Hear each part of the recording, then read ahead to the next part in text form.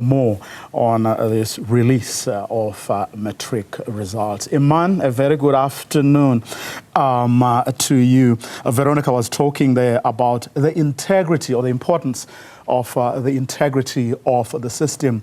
This announcement coming, of course, as it does on the back of what the Minister of Basic Education had to confront and talk about last week, the leak of those papers.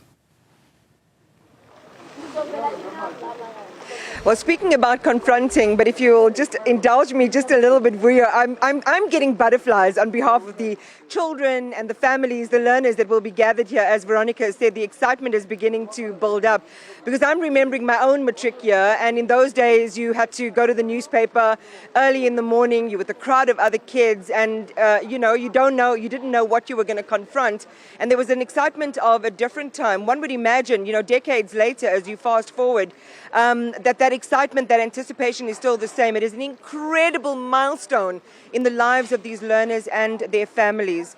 But again, the reality of what's happening in higher education, what their next steps might be, whether we are going to have that match between the skills that we can create, whether it's at institutions of higher learning like universities, whether it's at TVETs, other colleges, technicons, and so on. That is a real question, because we are in an age of stagnant and sluggish economic growth.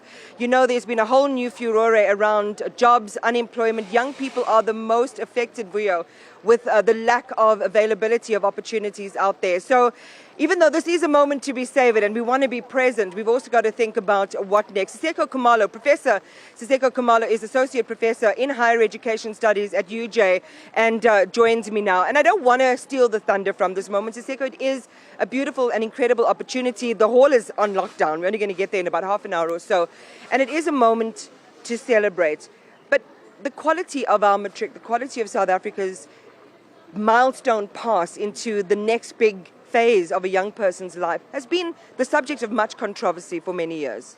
Absolutely, Iman. And I think not only just in terms of the basic education system, but there are a number of challenges that imminent graduates, as we call them, present to universities when they step into the university system, be it through critical reasoning, be it through writing, be it through a number of quote-unquote shortcomings that we have to sort of capacitate as learners come into the university system as students and take on various programs. But you're quite right, it's an exceptionally exciting day. We're looking forward to the amazing achievement that's going to be celebrated this afternoon, going into this evening.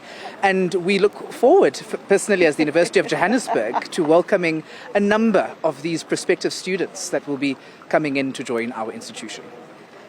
Just to go back to that point you made, which I think is just so serious and concerning, is that they're not university ready. It almost feels like, would you say they need, and we've had this observation before, you need a bridging year to get into the style of learning at an institution of higher learning, that the matric isn't enough to set you up for that next important phase.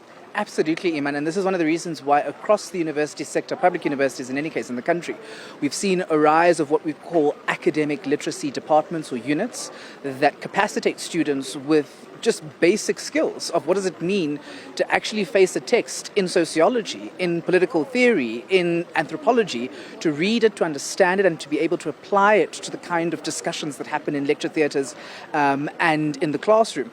And as one who has stepped out of the classroom in the recent years, I feel incredibly, I commiserate sometimes with my colleagues who have to face incredible numbers in terms of the massification of higher education in the system, but also facing those numbers with students who are grappling and struggling really with basic competencies that would otherwise allow students to thrive. And this is one of the reasons why I think it's important for both learners as well as parents to be clear about the support structures that are in place across the universities in our country, be they psychological facilities, be they writing facilities in terms of academic literacy units, be they support structures in terms of peer mentoring and those kind of things in terms of their programs. Because what we do want to see is that if if a learner has achieved, for example, 5, 7 distinctions this evening, we want to see that learner flying across that graduation stage in 3, 5 years' time, graduating with a distinction, for example, right? So we want to see that throughput across the years. But that doesn't always translate.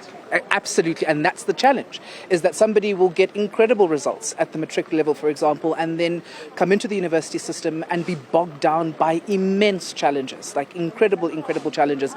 And we are trying to sort of facilitate through the orientation programs that happen across universities, which is what's going to be happening prior to the start of the academic year. We advise and encourage students to really pay attention to the facilities and opportunities that are there to make sure that the programs that they select are programs that they've thought about quite carefully, and to be able to also identify strategies or avenues for help in terms of academic officers, right, in terms of the faculty administration. So those are key things that allow learners who were excellent in their matric to become excellent graduates when they get to the university space. So a final serious question before we play a little bit.